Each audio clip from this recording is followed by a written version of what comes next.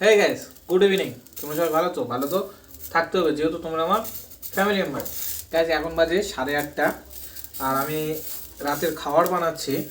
ডাল হবে আর আলু টমেটো সিদ্ধ দিতে চেয়েছিলাম, কিন্তু আমার যে গুরুদেব বললেই চলে, মানে আমি যার কাছে রান্নার প্রসেসিংটা নিই, মানে শুনে নিই কী কী রান্না হবে না হবে, কীভাবে রান্নাটা করব। তো আমাকে বললো বেগুন সিদ্ধ দেওয়ার থেকে টমেটো সিদ্ধ দেওয়ার থেকে তুই বেগুনটা পুরাই নে।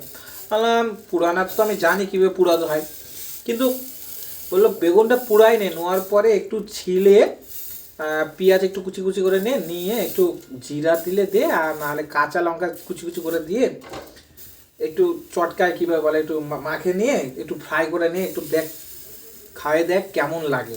আমি তার জন্যে গ্যাস বানাচ্ছি। এই যে দেখো, এই যে টমেটো তেল মাখানো হয়ে গেছে, আর এই যে বেগুনটাতে ভালো করে পুড়িয়ে নিচ্ছি। আর শীতকালে তো জানোই গাইস, বেগুন পুরা মানে সেই কেমন লাগবে জানি না গাইস। চলো, তোমরা কি জানো কি না জানো না একটু কমেন্ট করে জানো। চলো, টাটা, গুড নাইট।